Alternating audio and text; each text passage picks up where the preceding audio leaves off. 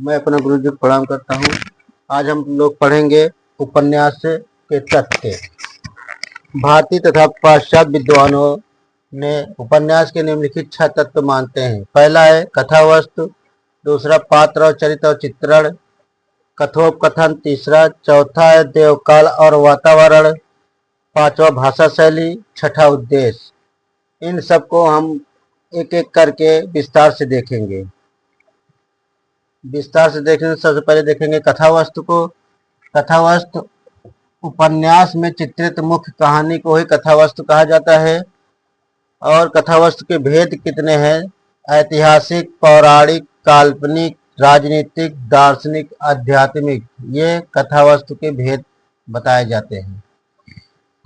कथावस्तु के गुण देखते हैं। इसके कथावस्तु के क्या क्या गुण है? मौलिकता है, संभाव्यता है, रोचकता है, प्रवाहमयता है, जिज्ञासा है, आदि गुण मिलते हैं उपन्यास में। अब हम लोग देखते हैं उपन्यास की कथावस्तु के संबंध में विद्वानों के मत। कौन कौन से विद्वान ने कथावस्तु के संबंध में क्या मत दिए हैं? आचार्य हजारी प्रसाद द्विवेदी जी कहते हैं कि कोई उपन्यास सफल है या नहीं, इस बात की प्रथम कसौटी यह है कि कहानी कहने वाले कहानी ठीक ठाक सुनाई है या नहीं सुनाई है।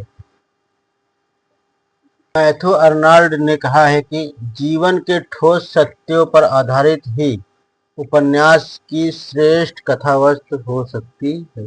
जीवन की ठोस सत्यों पर ही आधारित उपन्यास की श्रेष्ठ कथावस्तु हो सकती है, मैथ्यू अर्नाल्ड कहते हैं।